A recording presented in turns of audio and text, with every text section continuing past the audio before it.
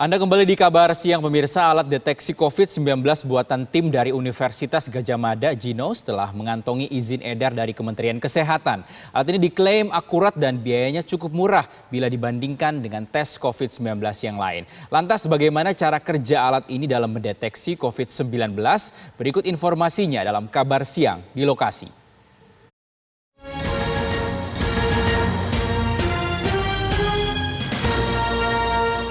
Di mana sebelumnya dikabarkan bahwa tim dari Universitas Gadjah Mada ini menemukan satu buah alat pendeteksi COVID-19 bernama Ginos C19. Lalu sebenarnya apa Ginos C19 ini dan apa yang membuat alat ini berbeda dari alat-alat rapid yang sudah ada sebelumnya? Kali ini saya sudah bersama dengan dokter dari Universitas Gadjah Mada yang juga merupakan bagian dari tim pembuat Ginos ini. Sudah ada Dr. Dian. Selamat siang, Dok. Selamat siang. Ya, bisa disampaikan ini. Apa sebenarnya alat Ginos C19 ini? Ya, ini adalah alat yang kami kembangkan untuk alternatif deteksi cepat COVID-19. Basisnya adalah analisis dari VOC. VOC itu apa? Dia adalah volatile organic compound, semacam senyawa hidrokarbon kompleks yang muncul sebagai hasil dari metabolisme dan interaksi antara SARS-CoV-2 dengan jaringan kulit atau jaringan tisu yang ada di orofaring sama nasofaring begitu.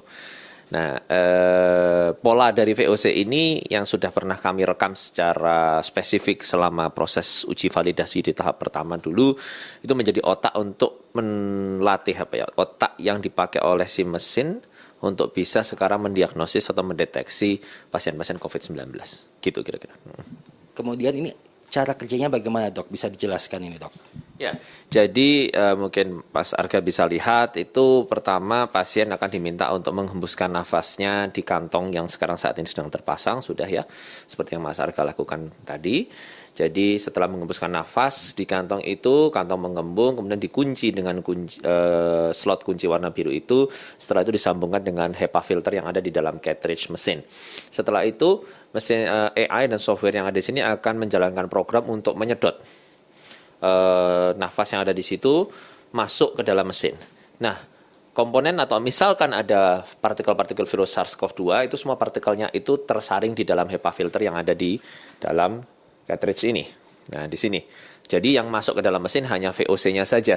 Nah, VOC-nya itu kemudian akan ditangkap oleh sensor dan setelah itu sensor yang menangkap VOC-nya itu akan merekam naiknya pola di sini. Nah, pola ini yang akan berbeda-beda pada pasien COVID-19, pasien sehat, atau pasien yang sakit lain seperti pneumonia, atau TBC, atau sepsis yang non-COVID-19 itu polanya sudah kami bacakan memang berbeda seperti itu.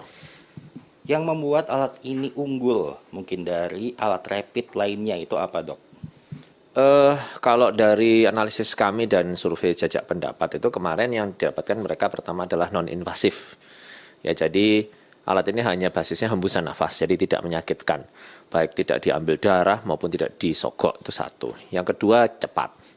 Cepat dalam arti kata semenjak ngambil nafas sampai keluar hasil itu mungkin 3 menit. Ya, kecuali kalau ngambilnya banyak sekali. Kemudian yang ketiga, reliable. Reliable artinya orang yang sama mau diperiksa beberapa kali pun di mesin yang berbeda, hasilnya akan selalu sama. Ya, jadi tidak akan ada respon yang berbeda-beda. Yang keempat, karena tidak memakai bahan kimia, maka murah. Jadi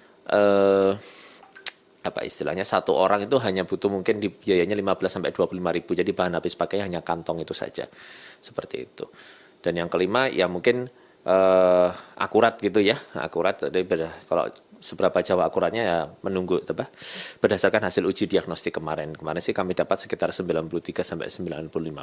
Dan kemudian alat ini nantinya akan saling melengkapi dengan alat rapid yang sudah ada atau mungkin malah menggantikan atau bagaimana nanti, Dok? Kalau untuk mengatakan seperti itu tentunya bukan kebijakan saya ya, bukan keputusan saya ya. Kita setelah izin edar selesai ini kan PR kita masih mencari tahu, berkoordinasi lebih lanjut dengan otoritas terkait bagaimana memposisikan alat ini.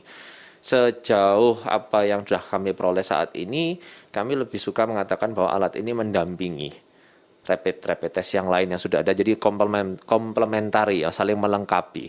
Dan hasil positif dari alat ini nanti kemudian dikonfirmasi dengan pemeriksaan PCR sebagai gold standarnya. Tentunya dengan cara-cara yang memang sesuai dengan karakteristik dari hasil pemeriksaan ini. Seperti misalnya kalau Ginos itu mendeteksi positif, maka tidak serta-merta hari itu pasien harus langsung pergi PCR, tidak.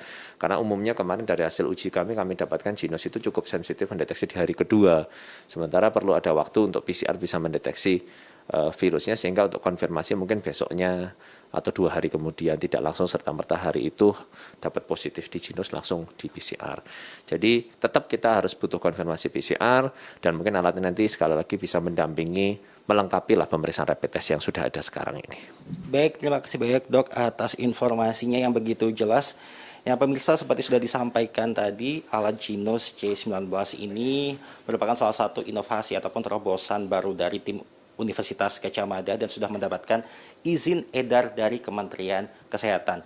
Demikian kabar siang di lokasi pada hari ini. Tetaplah bersama kami untuk menyaksikan berita-berita menarik lainnya.